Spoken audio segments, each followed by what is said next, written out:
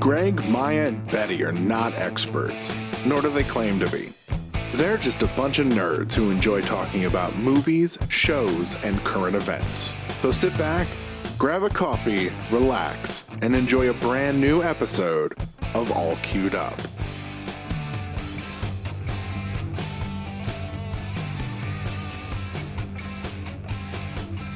Hey, welcome to a new episode of All Queued Up. This is Cool Gregg. What the fuck? No, this isn't good for the show. You know, like this. For any listeners out there, this makes no sense.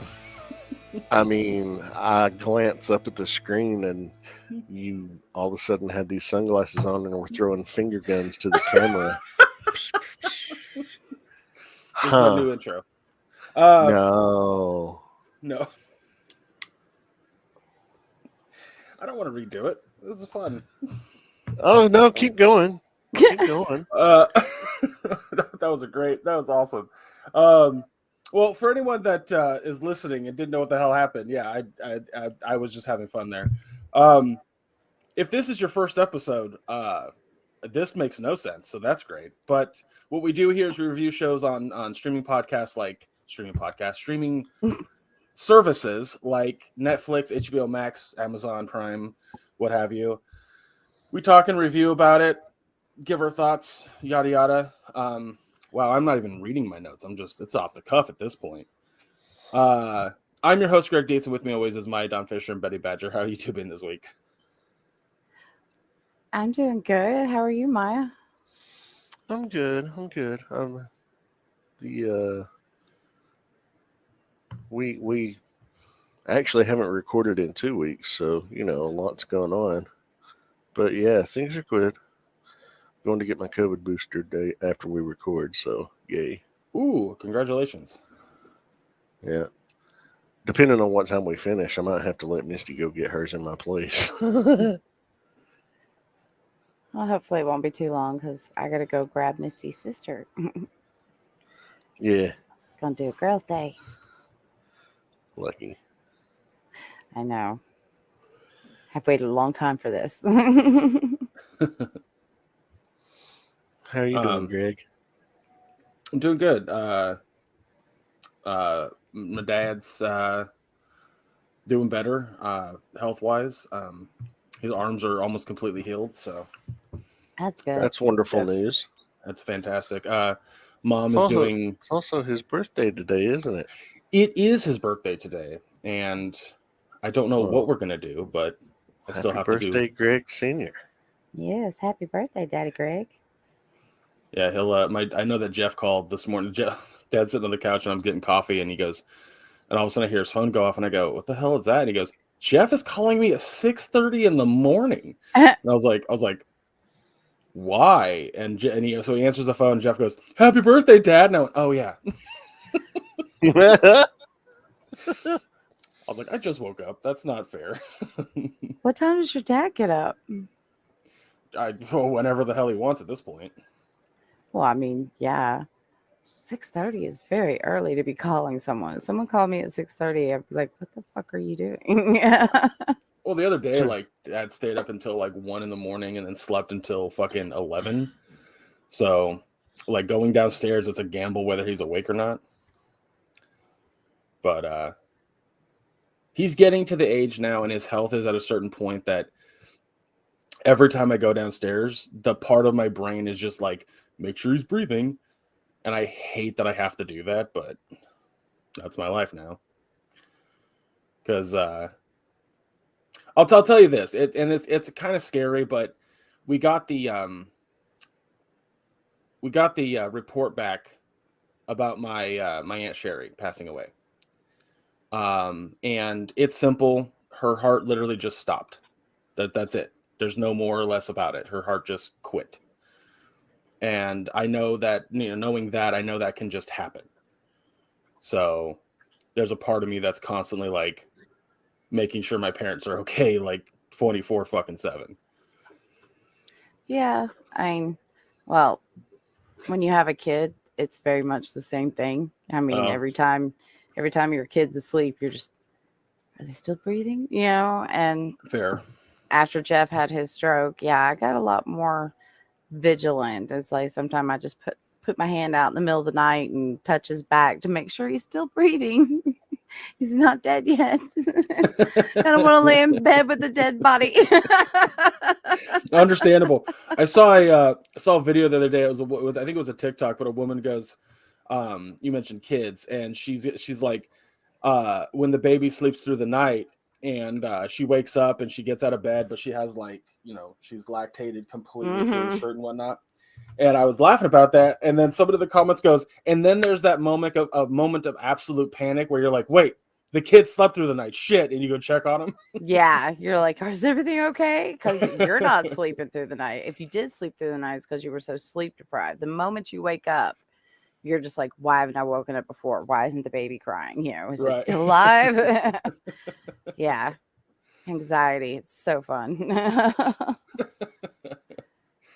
But on that note, like I said, Dad's doing better. He's we actually got out of the house yesterday. Granted, it was just to take him to the hospital, but it was the first time he's been out of the house since he went to the ER. So I just kind of drove him around and showed him a bunch of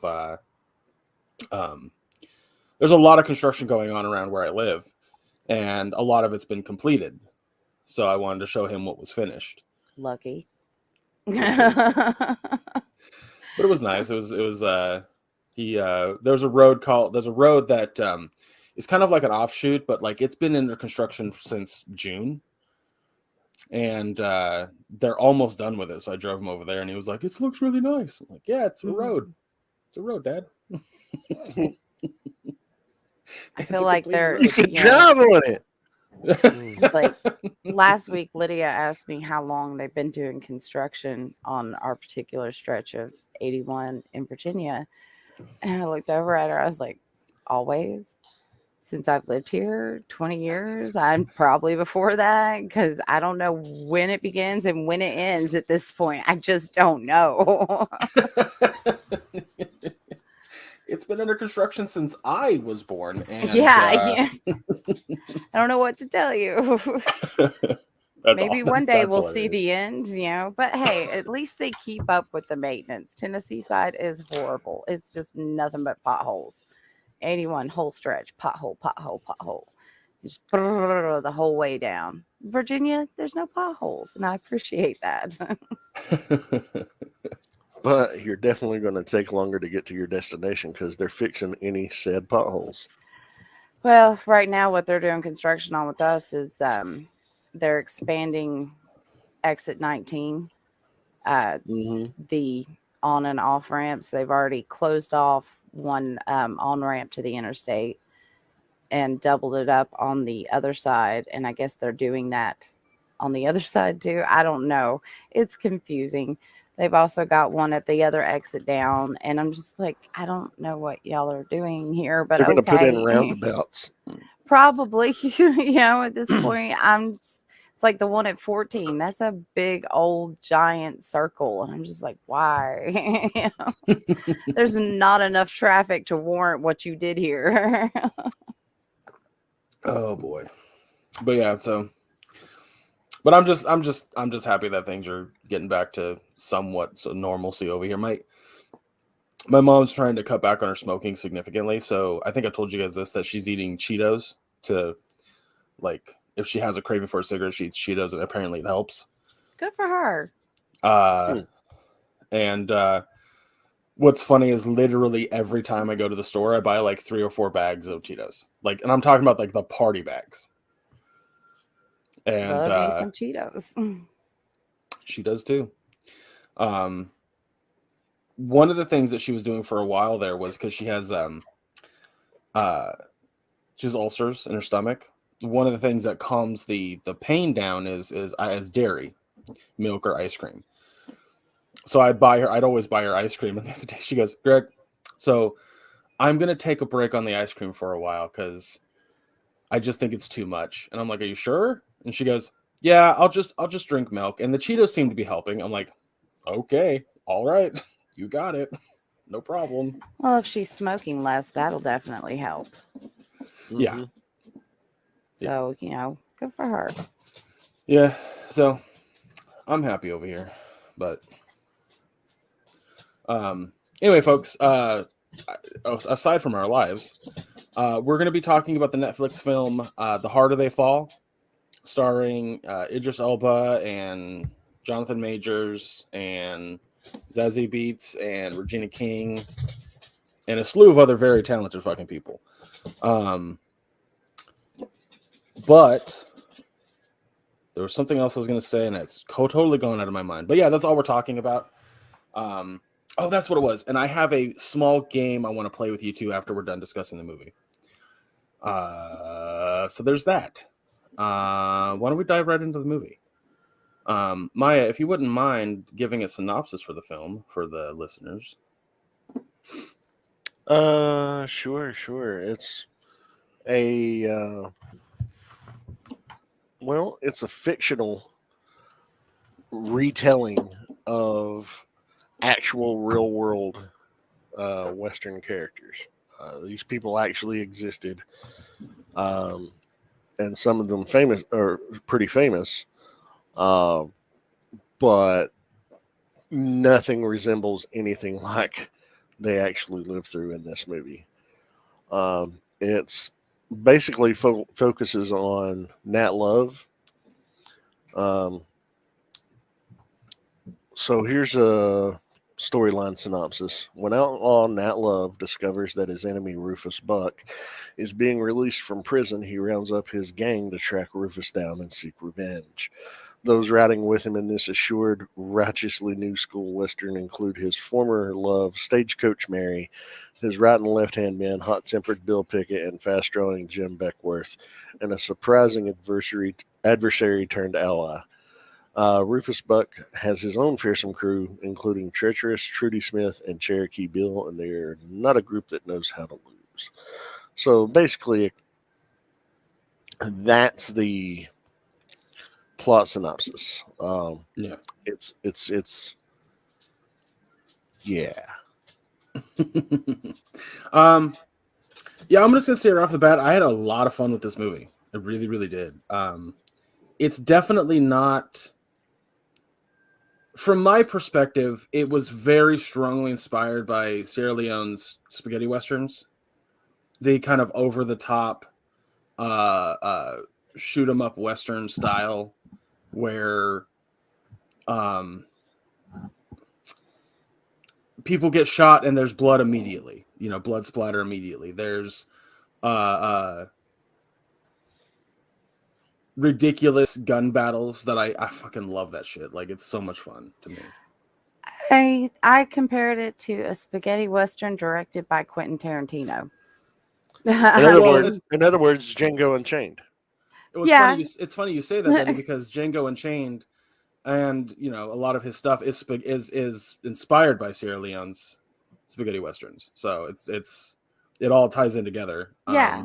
I mean, again, it did have details of Django Unchained, and I loved it. I mean, it wasn't really Jeff's thing, and I'm not really a big Western fan myself, but I thought it was very well done. Yeah, I can tell you right now that if you're the type of person that like watches a movie that has historical characters in it, but it's not historically accurate, you're probably not going to be into this movie, straight up.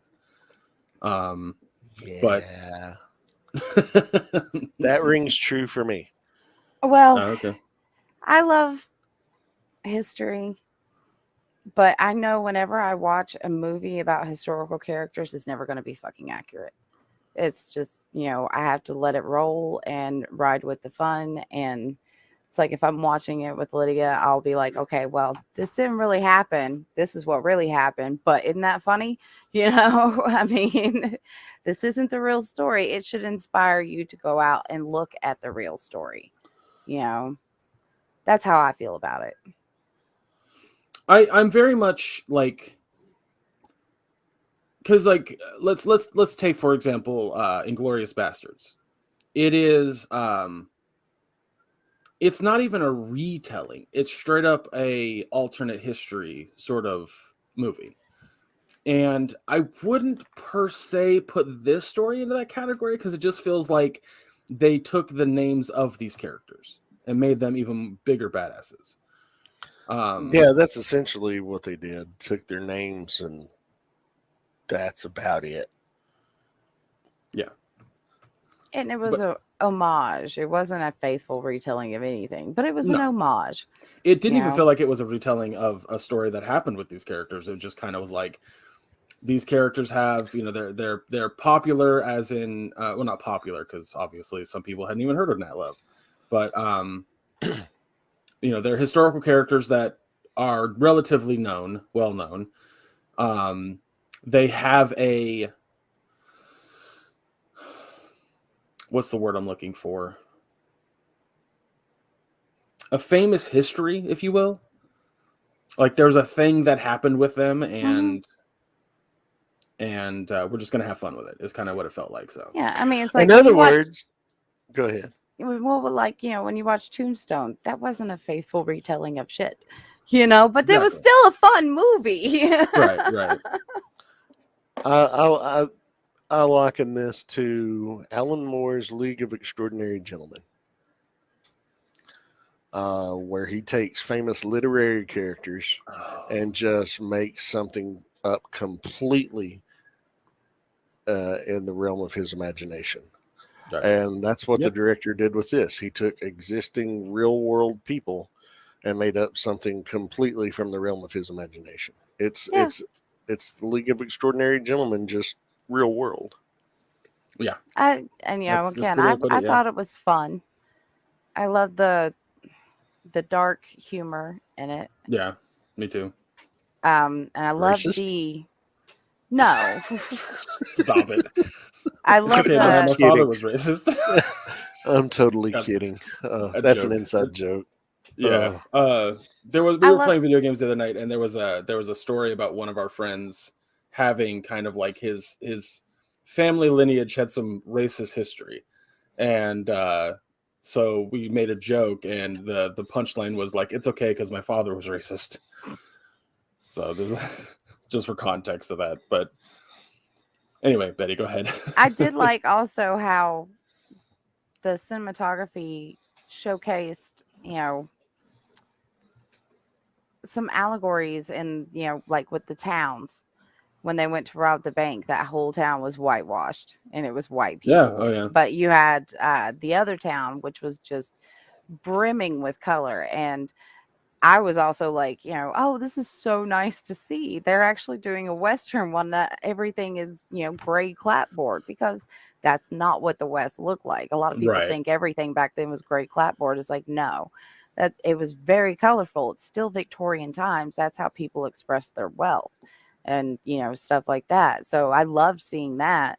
And then when they got to the town to rob the bank, I was like, oh, this just makes it even better. Yeah, that whole whitewashed town. I'll say this much also. Speaking of that town, I could honestly watch Idris Elba and Regina King play bad guys forever. Oh yeah. Like, holy crap, they fucking had a blast with those roles, very clearly. And Jonathan Majors is such a fucking force, dude. Like, oh my god. Zazie Beetz is oh god, dude. Like, that's if there's anything that we can all three be positive about, the fucking acting from everybody was stellar. Oh, absolutely. I'm not taking anything away from the cast. I just didn't care for the actual plot. Right. But everybody that was in the movie did a wonderful job in their roles. Yeah. I was especially a big fan of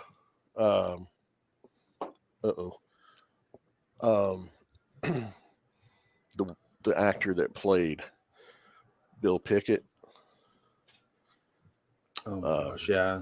I know who you're talking about, but I can't think of his name. Eddie Gathegi. Yeah. There you go. I was watching it and I was like, where have I seen this guy before? And I realized he actually played a character in season 5 of Justified. That was on FX a few years ago, and I was a huge fan of Justified. Yeah. So that's where I was familiar with him, but he killed his role. I actually like. I was so invested in the story that when Cherokee Bill, oh, spoiler alert, like very unceremoniously and disrespectfully kills Bill Pickett. I No, was he like, didn't kill Bill Pickett. He killed Jim Buckworth. did he? Oh, you're right. You're right. My bad. I got that wrong. My bad. I was still upset about it. I was like, no. Yeah, I saw it No. coming. I kind of did too, but I Jim didn't. Buckworth didn't know, that's for sure. Right through the fucking cheek. Oh, there was so much I liked about this movie. Like, I was trying to get my dad to watch it because I know that he likes spaghetti westerns a lot. So that was what he grew up on. Yeah, I was sitting there wondering. I was like, I wonder what my Paco would think of this movie. I don't think he'd like it very much. He loved a good Western, but I don't think he'd like this movie very much at all. It's not what he grew up with. It's not your grandpa's Western. No, it is not. It is like I said, you know, a spaghetti western is being generous because it is more over the top than a spaghetti western. I've watched a few with my dad, and especially, like I said, Sierra Leone, who kind of created the genre. And there are some badass gunfights that happen in Sierra Leone's movies, but nothing to the degree in this movie. And I think will you say his name for me one more time? Sierra Leone. I'm saying it wrong, but it's Sierra Leone. I don't know how to pronounce. How to spell it. Sergio Leone. Yes. Okay.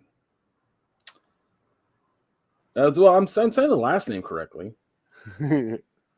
Sergio Leone. I was like, is he saying Sierra Leone? He is. Yeah. I was like, isn't that a mountain range? Rolling with it. It is.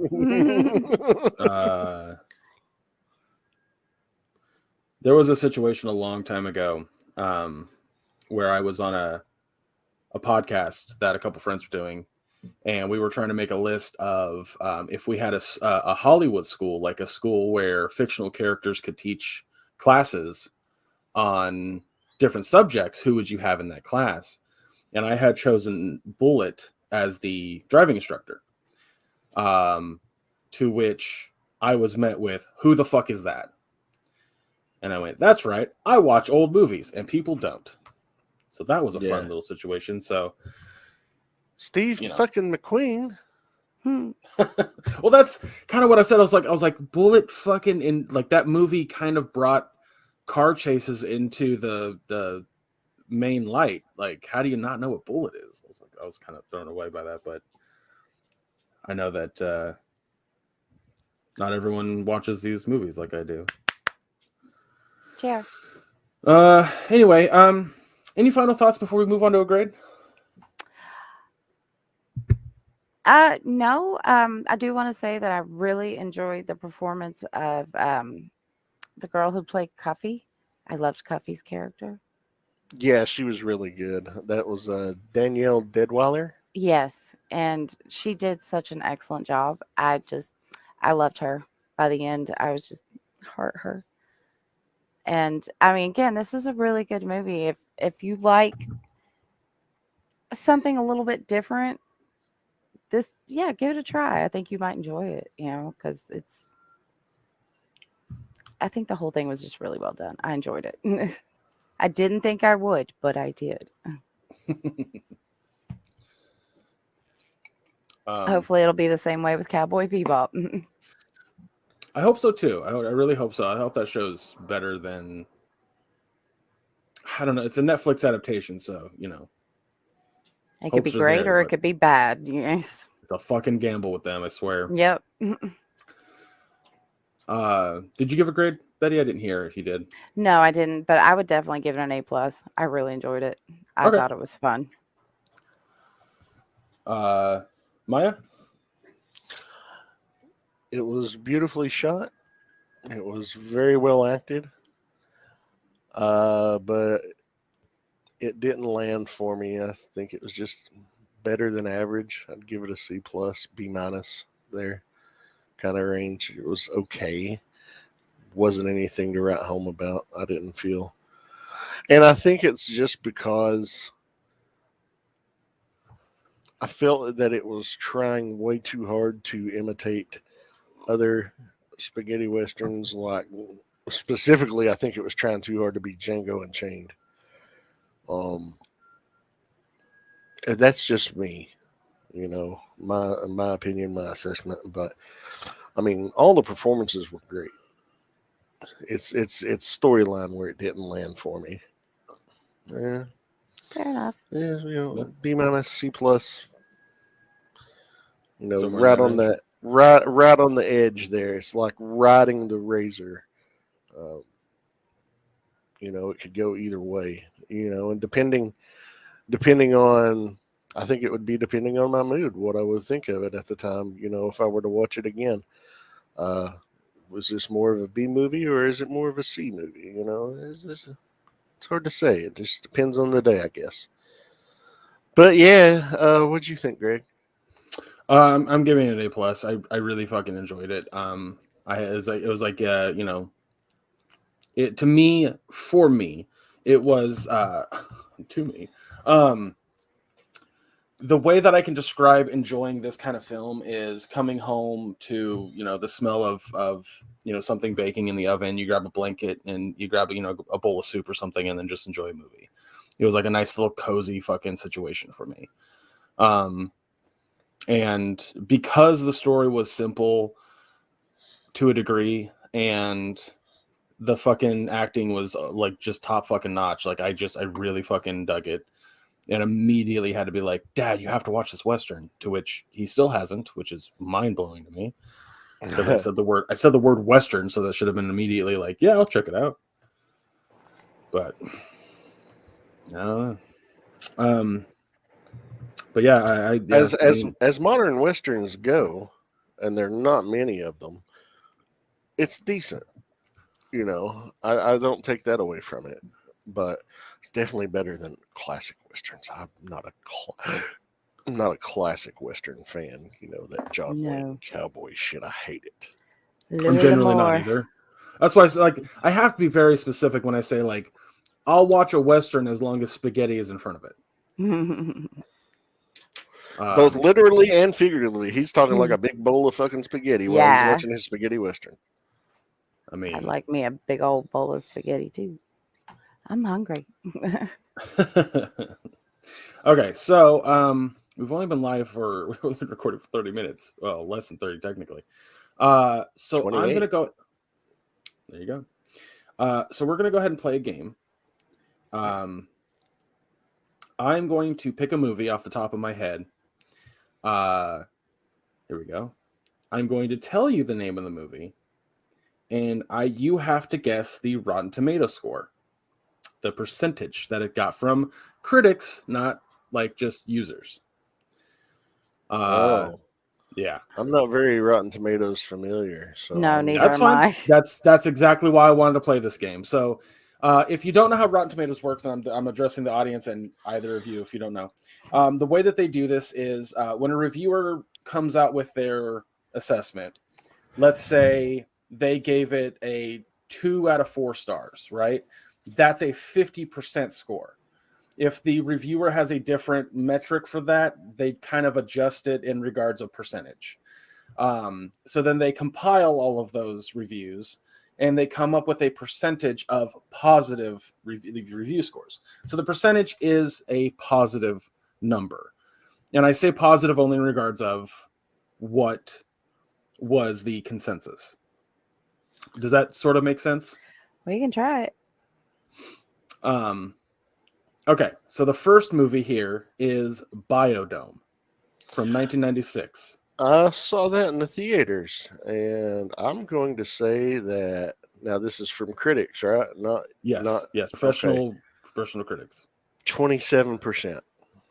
Okay, 27%. Yeah, okay, you got it. You didn't get the number, but you understand how the game works. So, Betty, what was your guess?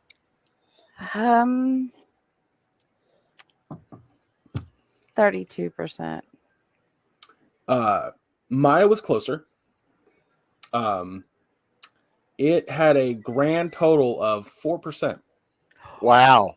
It was Ooh, that that's hated. bad. It was that hated. Well, it's any movie where Stephen Baldwin, you can quote, "I've got a wicked itch on my nads," is not going to win you a lot of awards at the box office. So, Fair enough. yeah, Let's do this movie. it wasn't good. It wasn't a cinematic achievement by any standards. I mean, in the sense that it made it to the box office, it was a cinematic achievement, and that's about it. I guess they thought it'd really I appeal think- to us teens. That phrase can be said about any Pauly Shore movie, really, if we think about it. Well, I guess not. I wouldn't call, Goofy movie a Pauly Shore movie. But I do have a soft spot for, even though I know it's a bad movie, I do enjoy Son-in-Law. Here's the thing. Pauly Shore movies are like nostalgic for me. I recognize their. It's like watching Space Jam. I recognize that that it's a bad piece of movie. crap, but you still enjoy it. Yeah. Okay. Nostalgia's a hell of a drag. All right, so the next movie on our list is the 1993 classic Jurassic Park. Okay. I'm going to go with a 92% positive score. Okay. 83. Maya nailed it. Wow. It was 92. 92. Holy shit, I'm awesome. Let me pull Kitty. up. Kitty. Oh, not that word. I'm literally typing it out. All right, so our next one is the 1991 classic Fried Green Tomatoes. Oh. That's my movie. That's my most favorite movie in the world. That's why I chose it. Oh, God. I'll let you I answer first. I pay attention. I would hope that they gave it at least a 96. I fucking love that movie. How can you not love that movie? I'm going with a 96. It's a wonderful movie. I love that movie very, very much. And I watch it, every chance I get and drive Misty nuts with it. I'm going to say, though, it didn't get as high as a 96. I'm going to say it only got 89. You both overshot that by quite a bit. They didn't like it. 74%. They Wow. can go to hell. That's a majority that gave it a high score. Like, still, I don't care. That movie should have got 100%. You cannot not like that movie. It's amazing. I watch it at least twice a year. With over 100,000 user ratings. 100,000, which is an insane fucking number. That's an insane amount. So for 74% positive. 91%. They should all love it. Oh, so that's actual, not critics. Yeah, the critic one was 74% with 42 reviews. The audience score with 100,000 was 91%. So 9% of people said it was bad. I have to say I do. When I watch it, I can quote that fucking movie. I cry every time I watch that movie. It's a comfort thing. I love that movie. It's such a good story. Secrets in the sauce. I haven't seen the movie in so fucking long. So now we're going to move on to the next movie. The 2000 classic, year 2000. Classic, Dude, Where's My Car? Oh. It's not 16%.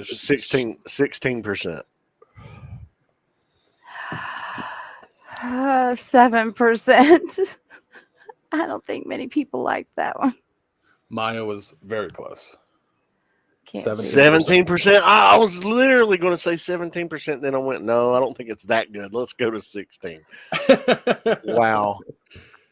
It is a good stoner movie, though. I mean, if you like a good chance functioner, if you like to get a little high, that's a good stoner movie. Fair enough. I actually agree with you on that one. Okay, so the next one on our list is the 2001 movie that I feel like doesn't get enough love, but that's besides the point. Stars actually David Duchovny, if I'm not mistaken. Evolution. I've never seen it. I know I have. I just can't remember it. 64%. 52. What was yours, Betty? 64. And you said 52. 2. It got, out of 139 reviews, a 44%. So you were closer, but Still went over. So by Price is Right rules, we still. no, yeah, you both technically lost. Yeah, if I knew what the movie was about, maybe I could have made a better guess. I can't So, remember it. I've watched it quite a bit, and it's fairly simple. But like, I think David Duchovny plays a something to do with space or a meteorite expert or something to that effect. But a meteorite lands, and it actually has a parasite or something in it that when it eats, it like evolves it like by 600% every time that it, like every minute or some shit like that. So by the end of the movie, this creature has evolved. Like, I think I remember this insane now. One of the reviews said, Ivan Reitman tries to rewrite Ghostbusters but fails miserably. So that should tell you a lot. I do. I have little wisps of it in my head now, and yeah, it wasn't David a good Duchovny, movie. Sean William Scott. Trying to remember who else, but it wasn't great, but it wasn't bad. It definitely was a movie that exists. It's out there. I've seen it. That's facts I can say. So our next movie, and I hope you two have seen this. If not, I totally understand because it kind of got buried. But 1999 with 1999 movie Mystery Men, starring. I own Mystery Men. Yeah, I love Mystery Men. Okay, good. It's such a cute movie. I'm glad. I fucking love this movie. It way before its time on terms of like parodies of superhero movies. Absolutely, way before its time. Which, of course, it's actually technically a comic book movie. Technically, yeah. Flaming Carrot. You know, it was a comic book. But yeah, I love the movie. But as a critic, I would say most critics probably didn't think exceptionally highly of it. I'm going to say a 39%. All right. Well, that's funny. I was going to go with 40%. They do it. You know, Price is you Right know, rules. I mean, that's the thing. I don't think most critics liked it, but yeah, I think it's a great movie. So you're going 40%? Yeah. Okay. So Betty beat you by the, just one higher rule. 61%. Oh, okay. So they liked it better than I thought. Yeah, it got mostly favorable reviews, which is something I was not expecting. Yeah, that's actually impressive because I didn't think they'd like that one that much. How many thumbs did it get from Siskel and Ebert? That's the question. Oh, damn it. I was typing in the next movie. Let me go check. I was just kidding. Because I can check. Nope, I can't check. Never mind. All right, next movie. I gotta type it in now. My brother Josh got to see that movie before it's like a month before its release. He was telling me about it one night. He was like, "Dude, it's so good." So like the day it came out, I went and saw it, and for years, like because of that movie, because of a few other things, the song "All Star" by Smash Mouth has always been associated to that movie. Yeah. Until fucking Shrek came out, and that's all anybody fucking knows that song from. And I'm like, God, the song was written for fucking Mystery Men. God damn it. Yeah, I've shown Lydia the original music video for it because it has, that movie in it. And I was like, this is what it was for, not for Dane Shrek. Cook's in that movie. Yep. As the waffler. Oh, goodness, honey, let go of me. Okay. Here we go. Kitty on the leg. Kitty on the leg. Kitty on the leg. She was enjoying the pets too much. Rolls off the couch and grabs onto my leg. Okay. The pain. So, wow, I know the next movie I'm typing in too. Because I'm just pulling these movies off the top of my head because I forgot to actually make a list. So it's just like if a movie pops in there, like the Stay Puft Marshmallow Man, it's going in here. The next movie is from 1993, Teenage Mutant Ninja Turtles 3. Not 1, not 2, but 3. 13%. 22%. Holy shit, Betty nailed it. Wow. Nice. Fucking right on the button on that one. Just to That's prove awesome. it. There you go. That's a first. We're both awesome. Yeah. So I've never looked into what this movie got in terms of score. But it came out in 1994. Sorry, 1984. 1984. Pretty well known amongst 80s kids.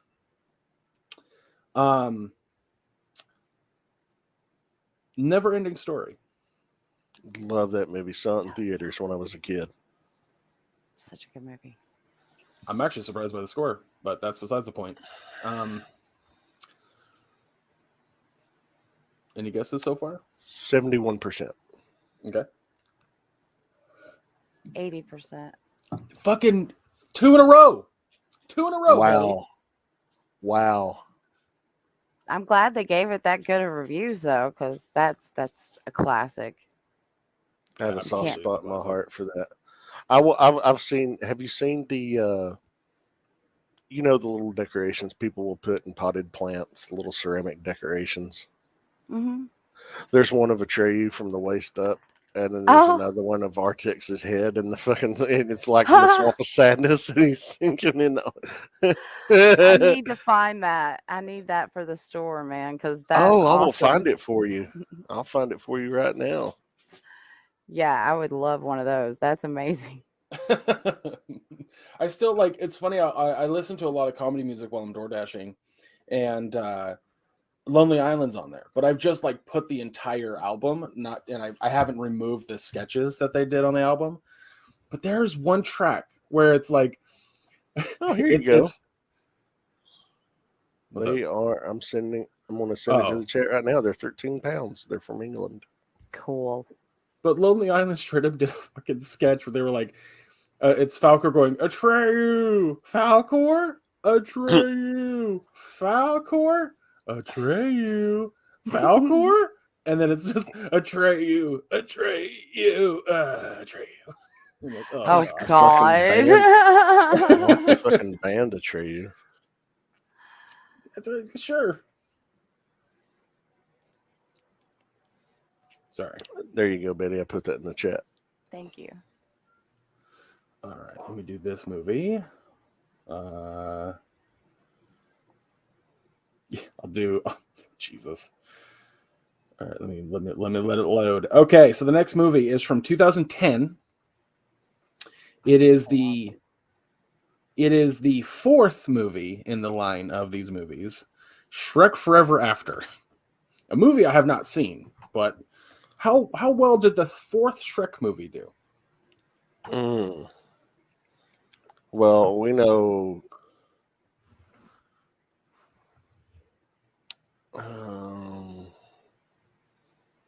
I'm just going to say 46. 46%. Now I'm betting high. I was going to say 37. So the answer is, whoops, I fucked up big time. Give me just a second. Oh, I'm familiar with that song by Britney Spears. All right. That's rude. So I went to pull up a random number generator, but I accidentally also went away from the Rotten Tomatoes website at the exact same time. So that was fun. Okay, let me pull that back up. Shrek. Oh my God, Greg, come on. Okay, so what were your guys' scores again? Sorry. 46. 37. 58. Oh. Wow. That's Did better impressive. Yeah. Okay. Still clearly a franchise that's welcome by that point. Mm-hmm. Although I love the first one. Oh, I don't yeah. know if I've ever seen the second one. I think I have. And I know the second one was the one that did incredibly well at the box office. I've seen all of them. I love Shrek. but I know I've not seen the third one or the fourth one. Here we go. Random movie generator. Nor have I seen Puss in Boots. Piss in boots. Puss in Never Boots. even pissed in a boot. I've pissed in a boot. Somehow I knew you had. Oh, here we Yeah. go. Okay. Actually, all right. pissed on a pair of boots. I probably have, but I don't know. I was sleepwalking. I mean, I was on Ambien at the time. Jesus. At least you didn't get And racist like Roseanne. It made me sleepwalk, and Misty was pregnant with Madison, and I thought I was having a dream. I was going to the bathroom, and I was standing there pissing in my Doc Martens. Yeah, that tends to be a common thing with sleepwalking. I tried to pee in a drawer when I was 5, sleepwalking, and it was a closet. You open the closet, and there was like 3 drawers at the bottom inside the closet. And my dad had to scoop me up real quick. I was asleep. I don't remember it. That's awesome. Yeah. Ambien, though, that shit'll get you. Yeah, a couple nights later, I woke up in the front porch with nothing but my tennis shoes on, holding my car keys, and I knew it was time to stop fucking with Ambien. When I got my Sephora order that I didn't remember making, apparently happened at 1:00 in the morning. I was like, "Oh, yeah, I'm not doing this anymore. I'll enjoy the makeup I bought for myself, but we ain't doing this again." All right. The next movie on the list is Yes Man, starring Jim Carrey from 2008. 30%. 34. It is 46%. Huh. 46%. I saw the movie in theaters. I've never seen it. I've seen All right. it. So the next one on the list is from 2009, the 2009 classic, Human Centipede. 11%. 5%. Surprisingly enough, 49%. Oh, that's wrong. That makes me worry about humanity. My only thought process to why it got such a high score was simply because people like looked at the movie as not a torture porn sort of movie, but like there is a story there about something. I couldn't tell you because I haven't fucking seen it and I don't plan on it, but I know, right? I'm like, I'm sorry. I'm judging this book by its fucking cover. I can't get past it. I can't get past it. Now, I've seen the South Park episode. That was good. Yeah, it was Of funny. course. The next movie on the list is from 1999, Bicentennial Man. That's a good one. Oh, that is a good one. But I don't think critics liked it as well as I did, so I'm going to say 83%. 76%. You both way overshot it. Really? 36. Are you 36. Wow. That's a movie that tugs at my heartstrings. I want to make a point that Bicentennial Man got a lower Rotten Tomato score than Human Centipede. That's not. No, there's something wrong with the world. Oh, there's lots of shit wrong with the world. But wow. That's specifically shit wrong with the United States right there. Fucking wild. That's fucking wild. Like I popped that up because I was like, I knew I was gonna do Bicentennial Man after I said Human Centipede, because I have a random movie generator up right now, and I was like, there's no way that got that kind of score. What the fuck? I fucking mind blown. Yeah. Let's do this. I got one. Oh, come on. Okay.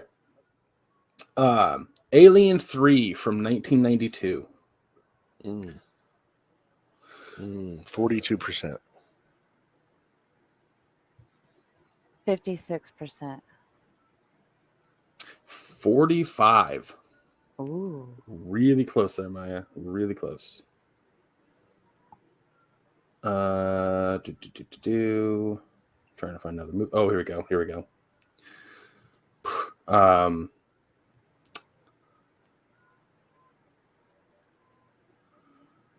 Okay, if I could type it in, for fuck's sake. There we go.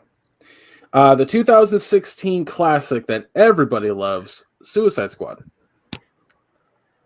Ugh.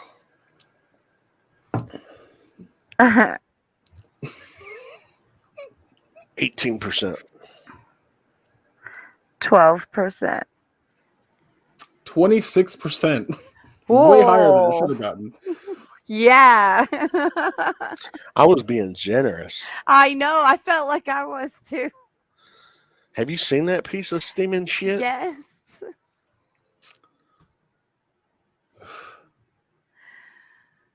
I didn't think it was. I honestly didn't think it was horrible. I didn't think it was the greatest movie ever, and I definitely wouldn't want to watch it again. But I'm not like, oh, I got to go shit all over this movie, you know. But I definitely didn't think the critics would like it to that extent. Yeah, fucking. I pull up a movie here, and I'm just like, it got that low or it got that high? What? It's crazy. Trying to find a new one. Oh, here we go. I got a movie. Gotta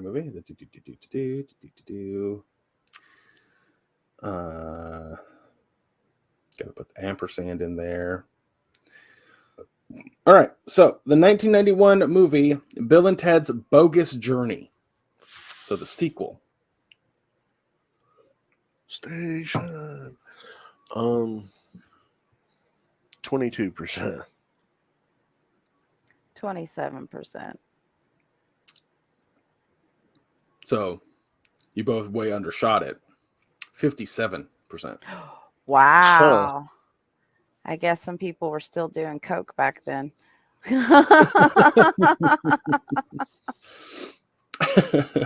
here we go. Here's a good classic one that I think everyone enjoys to an extent.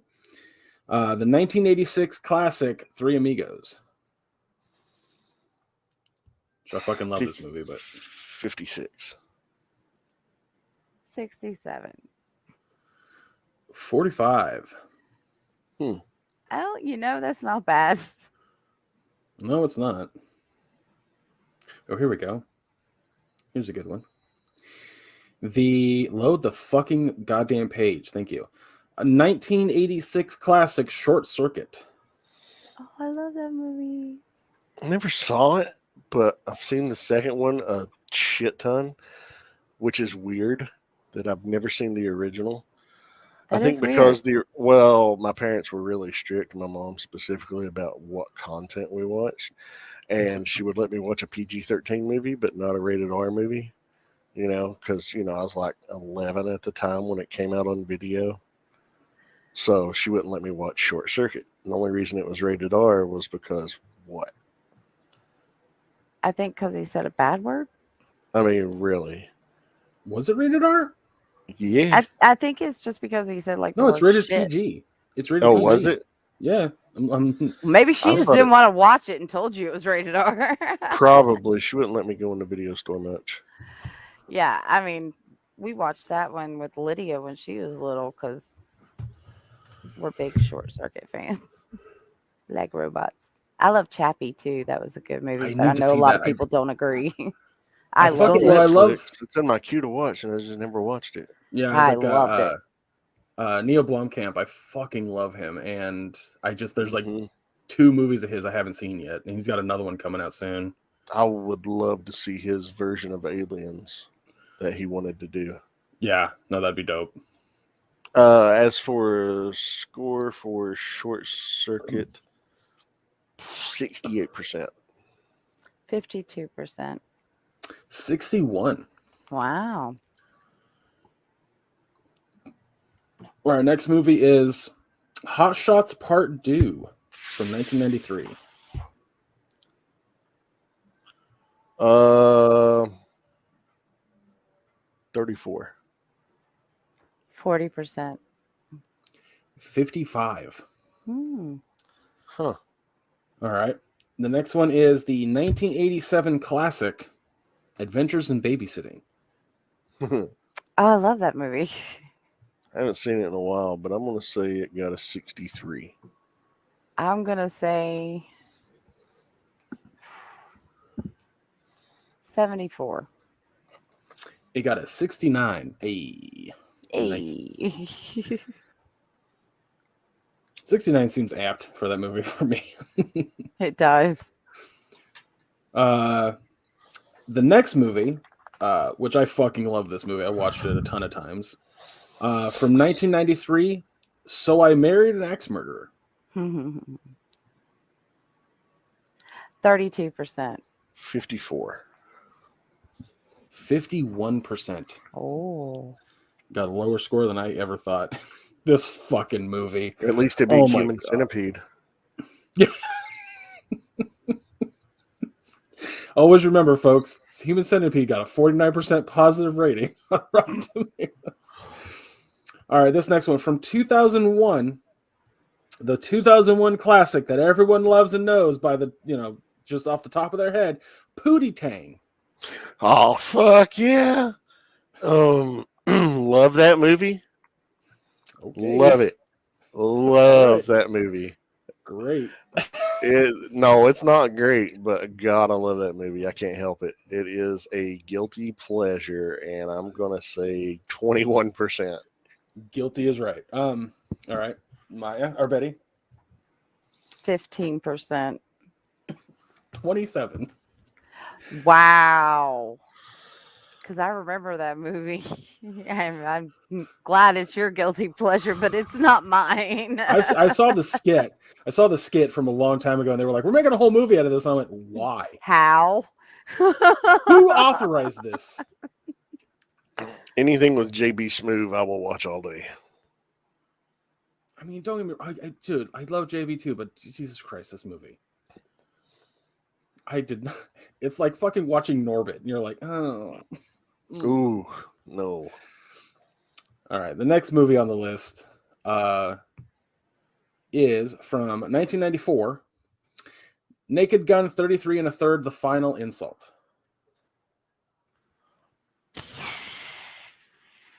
46%. 51%. 54%. Very close.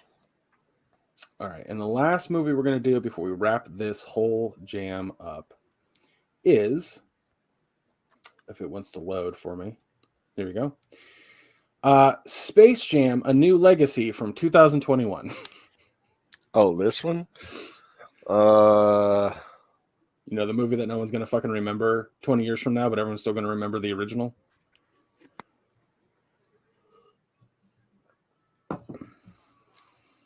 25%. 14%. Betty nailed it. 25%. Wow. She got 3. That's awesome. See, this is why I bet on football, but I don't watch it. This movie was also a massive, massive, massive flop, by the way. Yeah. Like it did not get the views on HBO Max that they wanted, and it only made like 75 in the box office. It was a big old fucking it's a bad movie too. It's just there's a whole slew of problems I could list. I've watched it. I willingly put myself through that, but that's a whole nother thing. All right, folks, we're gonna wrap up the podcast. Next week we have a lot we got to watch. We're going to watch the first 3 episodes of Wheel of Time, which I know Betty is very excited about. Maya and I are very interested because everyone seems to be stoked that who's read the books. They're just like, oh my God, I can't wait. And we're going to watch something that I'm personally extremely excited about. Cowboy Bebop on Netflix. I've watched the anime through and through like fucking 8 or 9 times. I've watched the movie a bunch, so I'm a huge fan of Cowboy Bebop. Would you say that the movie is essential viewing compared to the anime? No. The movie takes place sometime in the middle of the story of the anime. It's hard to kind of place it. Some have said episode 18. I've said episode like 15. And it is just a new, because like the plot of Cowboy Bebop is that they are bounty hunters. They go after new bounties, but they always do high risk, high reward. So the bounties they go after are always like massive fucking murderers that'll shoot them in the head just instantly. But the reward for them is astronomical. So, and they fail more often than they don't. So it's a fantastic show, or I like anime, but this adaptation has me interested because it feels like they gave a fuck about the anime. You know what I mean? Like Yoko Tano did all of the music for the anime, and she came back to do all the music for the show. The casting seems right. The fucking, like, I don't know, like there's something about this that tells me it's going to be good. Great? Doubt it. Fucking doubt. It's a Netflix adaptation, so I doubt it'll be great, but I think it'll be good. At least that's my hope. But I don't know. So, but because it is 10 episodes, I don't know how long each episode's going to be. Probably an hour, plus the 3 hours for Wheel of Time. We have a lot to watch this week. That being said, it's like the old days, binging a whole season. Yep.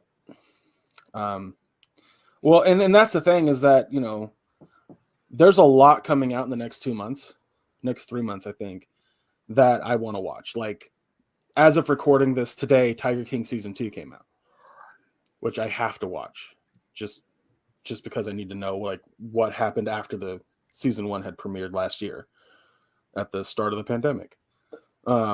So there's just a lot coming out. Okay. Like I said, we said this at the last time we recorded, Witcher season 2 is coming out next month. Hawkeye's coming out at the end of this month. Lost in Space, the final season of it, comes out at the first of the month. Yep. I'm really excited about Cobra Kai. I know you guys don't give a fuck, but I'm still watching it. I'm super excited about that. It's a very popular show. Like, regardless how I feel about it, it's a very popular show, so people are going to be watching it. But oh yeah, a fucking ton to watch.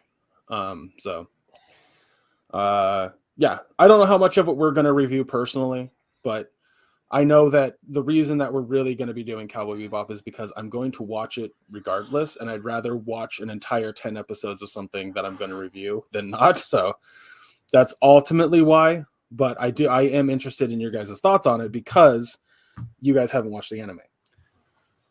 I might watch the anime over the next 2 days and then compare and contrast. Yeah, because I mean, it's available on Netflix now, and it's only 26 episodes, and they're half an hour a piece. Yeah, 22 minutes if you really bear down on it. So I can get that watched over the next couple of days. One of my big things that I tell people about Cowboy Bebop often is I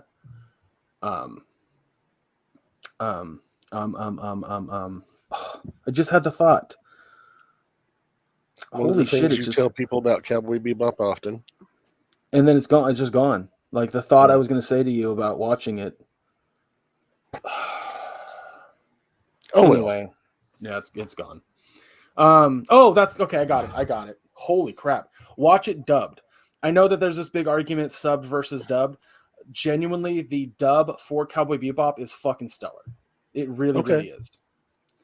So I highly recommend watching it subbed and then or dubbed. That's how most of people my age had watched it when it first premiered on Adult Swim back in fucking 2001. Yeah. So that's what I was trying to say. Jesus, well, that fucking left me in a heartbeat. But yeah. So other than that, Wheel of Time, Cowboy Bebop next week. Make sure you follow all our socials on wow, I can't believe I said it that way. How did I have it written down? Listed below. That's what it was. They're listed below the video and the podcast, regardless. But yeah, go follow all those. Check out the Teespring store if you're looking for a new shirt, a new hat, a mug, other apparel. What? No hats. I thought there were hats on there. How often do we do this where I just forget that there's no hats on there? pretty much every time you try to name off products that are on there. I'm just gonna have a list of products that are on there. Anyway, there's a lot of we have a few things on there you can get our cartoon faces on and our logo. So there's that. Make sure you go check out the YouTube channel. That's where you'll see the live video. If you're listening to this on a podcast or something, podcast streaming service, audio platform. Go to the YouTube channel, give it a follow, a like. Helps the algorithm, helps us out, yada yada yada. I have a list here of things I need to say, and my brain just goes, stop looking at it and just think off the top of your head, and then I just sound like a rambling idiot. So there's that every week. Yeah, that's all I got here. Anyway, slow down, Greg. Maya, where can folks find you? Laughing at you. You can find me on Facebook under my name, Maya Dawn Fisher. It's a public profile, so if you wish to follow me on either Twitter or Instagram also, you can do that from Facebook. If you want to catch me on other shows, I'm on 3 other podcasts that are on the Realm of Collectors YouTube channel. Each Wednesday, on alternating Wednesdays, one Wednesday at 9:30 p.m. Eastern on Figure Bangin'. It's a live action figure review show. And then the alternate Wednesdays at 9 p.m. Eastern on Shelf Gravy on occasion, which is a diorama building / tutorial / painting, figure customizing, it's that kind of thing. Interactive live chat, answer questions about techniques and tips and tricks. And then every Friday night at 9 p.m. Eastern on Nerd Life Syndicate, where we break down and talk about everything in the week ranging, covering pop culture and entertainment ranging from movies, TV shows, comic books, toys, etc. And that's everywhere where you can find me. What about you, Benny? You can find me on Twitter at Bright Betty, and you can find me on Facebook under Betty Badger Ogletree. And pretty soon you can find me at my store, which I hope to have open for Black Friday. That'll be great. Hey, I'm excited for you. Me too. You can follow me on all socials under Chub Rock Geek. I really want to do a podcast here soon with Anthony about all the video game news and whatnot that's happened over the couple months or whatever. Plus the Video Game Awards is coming out soon on December 9th. And all of the nominations have been posted. So I'd love to get his opinion on that. So if that ever happens, you can follow that podcast over on Mission Start Podcast on any podcast service that you have, I think, that Anthony actually wants to put it on. Other than that, that's all you can find. That's it. That's all I am. That's everywhere that I am. That's it, and that's all. If you want to, I do have a YouTube channel called Chub Rock Geek Channel. I just posted a video over there where I was playing with a couple friends on Fall Guys, and I turned on a stream because I just like to have something on in the background while I'm playing a game. And the guy that I turned on, he was in the game I was currently in. Like, it was completely coincidental. And so my thought was, well, now I kind of have to mildly troll him. And when I say mildly, I mean like not eliminate him, but hold him, like grab him and like kind of fuck with him a little bit. Was it Newbie? No, it was not Newbie. No, I wasn't playing with Newbie. I was just, but some of the people that Newbie has introduced me to. Oh, okay. But the guy that I was watching was just somebody I had followed like last year because he plays Fall Guys. That was it. That was the only reason I followed him. Well, what was funny was the character Bert, which is like a little penguin in the game. One of his friends was holding Bert in this map, and I grabbed that friend on accident, launching Bert into the slime. So then they called me a Bert murderer, and so then it went to the final right after that round, and they were just chasing me around thin ice, Maya, trying to eliminate me, and it was fucking hilarious. Fucking luck. Yeah, it was funny. I won. So the video is of my angle and then theirs, and it's pretty cool. Good. But yeah, so if you want to, if that's something that interests you, if you want to go check out that video, it's over on YouTube. It's about 12 minutes long because it's 2 angles of almost an entire match. But But yeah, that's about it for me. Yeah, thank you everyone for listening, especially to me ramble at the end of these every week. Every week.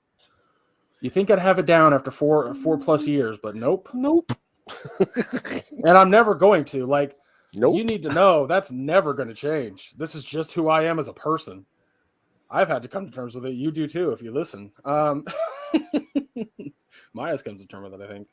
Oh, yeah. Are you getting there with my rambling? Say what? Huh? Nope, that's the appropriate response. That's good. Anyway, again, Wheel of Time, Cowboy Bebop comes out the same day we publish this episode. Watch those. Join us next week, and we'll see you then. All right. Peace, love, and polypops. Take care, everybody.